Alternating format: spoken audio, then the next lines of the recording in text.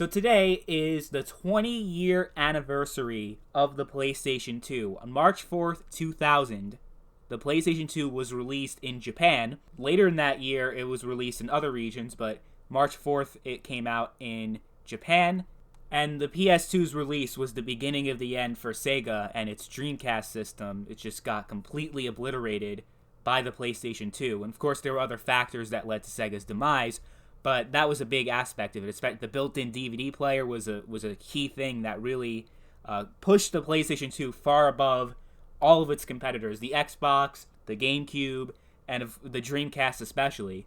And of course, the PS2 holds a special place in my heart personally because it was the first console that I've ever owned myself. I played the N64 with my sister because she had one, but I never actually owned a console until I got my PlayStation 2 for my 6th birthday, which was back in 2004, and it was the fat version of the PS2. And honestly, I think the PS2 is what made me fall in love with video games. Like, that system left a huge impression on me as a child. So many amazing games. It was just, the PlayStation 2 and the 6th generation overall was just a great time to be a gamer. Anyone around back then knows what I'm talking about. So I could go on and on about the greatness of the PlayStation 2 and just the impact that it had on gaming. But I feel like doing that another time. I want to make it into an actual documentary and actually put the time and effort for it to be a good video and not just rush it out because it's the 20-year anniversary. But I do want to talk about something that's sort of related to this, about the PlayStation 2 being 20 years old. It had me thinking about this category that we know as retro gaming. When you think of the NES, the Super Nintendo, I mean, those are the systems that immediately come to mind for many people. But at this point, I mean, those systems are approaching 30 years old now. It's been about 30 years since the Super Nintendo came out, and even longer than that for the NES. I mean, we're going, in a couple years, the NES will be 40 years old. So, yeah, those systems are very old, but those systems have been considered retro for a very long time, right? The retro identity is very much associated with the 8 and 16-bit eras of gaming, and to a lesser extent, also the PlayStation and the 5th generation of gaming, because we had that PlayStation Classic last year, which was just a train wreck, but it was feeding into that nostalgia. It definitely had a retro feel. You could definitely say that the 5th generation was also part of retro gaming. But there seems to be a lot of disagreement about what does it actually mean. Like, what is the retro category? Like, what does it take for a game or a system to be considered retro? I mean, retro in general is an old and outdated style in general that's kind of being revived, that people are going back to, right? Think of retro fashion, for example. So I tried to look for definitions of retro gaming, and it's very basic and very simple. If you go on Wikipedia, it says retro gaming is the playing or collecting of older personal computer, console, and/or arcade video games in contemporary times. Usually retro gaming is based upon systems that are obsolete or discontinued. So that's definitely one key variable we can all agree on, right? No one would consider a modern console to be retro, right? The PlayStation 4 is obviously not retro and won't be anytime soon, because all of us, we remember the PlayStation 4 because it's the current era, right? But when you think about, let's say, the PlayStation 2 is a great example. A lot of people weren't around back then. I can guarantee you at least half of my subscribers weren't around back in the 6th generation of gaming, because if the system came out in 2000 and you have these kids that are like 13, 14, 15, they, by the time they came of age to even, understand what a video game is, the PlayStation 3 was already out and the PlayStation 2 was long gone. Or even the 7th generation, which is a better example. The Xbox 360 came out 15 years ago. A lot of people weren't even alive 15 years ago watching this video. So, I mean, 15 years is a very long time. Even if you're 17 or 18 watching this video, you definitely don't remember most of the 7th generation, because the 7th generation lasted from about 2005 to 2013, and yeah, it was a very long generation, but chances are you weren't really experiencing most of that generation because you were born when those consoles came out. So even if, you were 8 years old because the system systems they lasted about 8 years until 2013. Let's say that you were playing those games in 2013 and you were born the year that those consoles came out, you'd be like 8 years old, right? So you obviously would have missed out on most of the generation because you were too young to really experience most of the games that were out.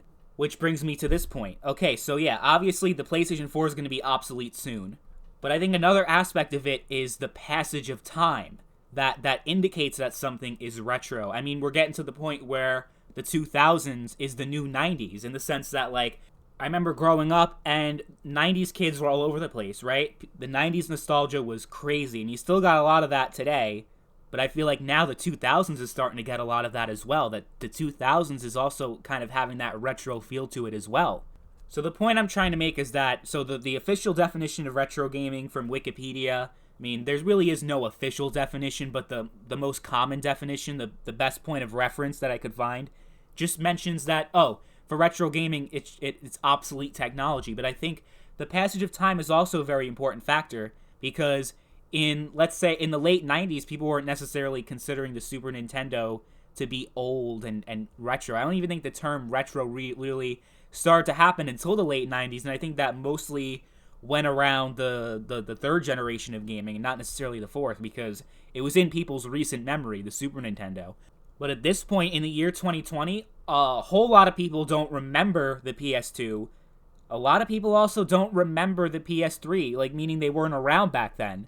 So it's also a generational thing. It's also a passage of time.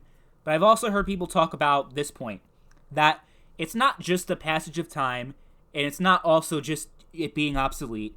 There's a third factor that must also be included, and it has to be a distinct style of gameplay that was before the modern era, as we call it. So under this definition, the PlayStation 2, the 6th generation onward, would be considered modern gaming, because you had 3D games in the 5th generation, but I mean, when you think of, like, the way games are now, the 6th generation definitely shaped a lot of that. So people consider the 6th generation to be the cutoff, but other people would consider the 7th generation. And my simple definition is 2 generations.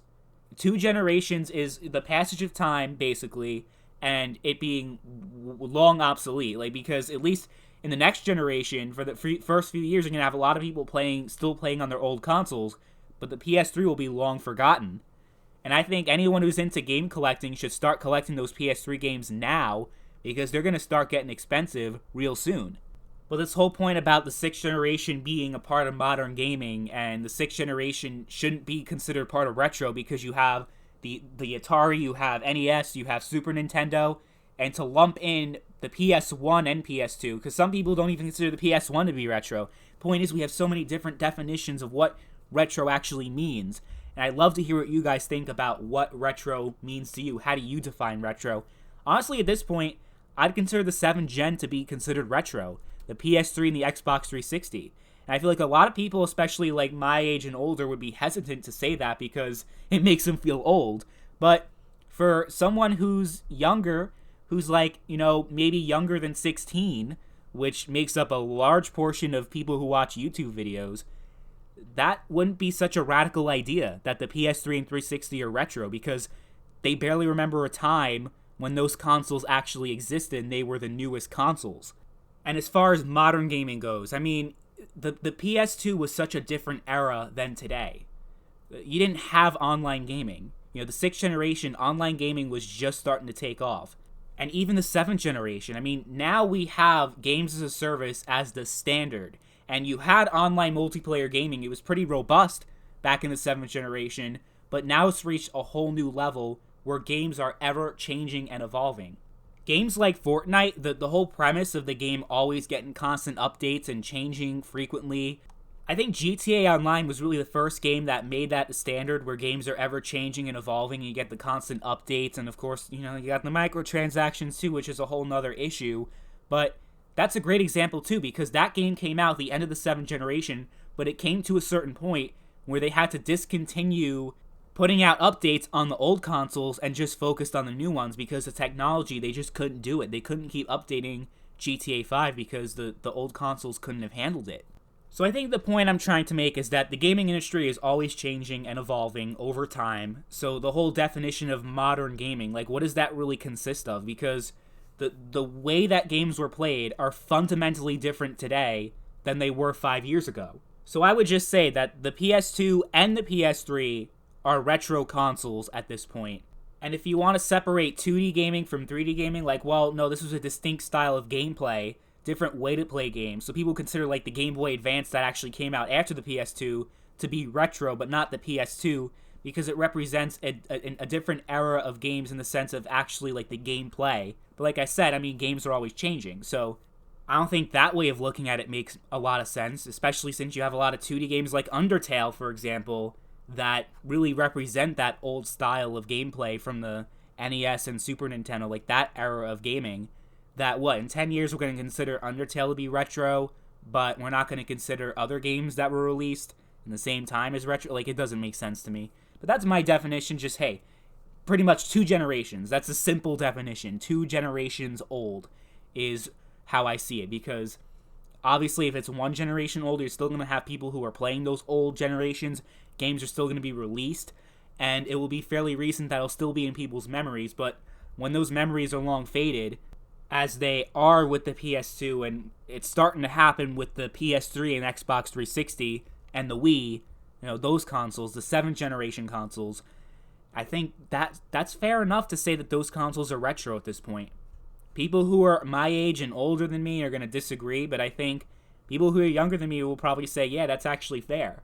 Because I don't remember that time. That was like before I was born for a lot of people. I mean, 15 years is a long time, and 20 years is even longer. So that's what I have to say about how you should define retro. But the thing is, this is all arbitrary, and it's very subjective, and anybody can feel free to disagree because this is very subjective. But let me know what you guys think, what you guys consider to be retro. Thank you guys for watching, and I'll catch you all later. Bye.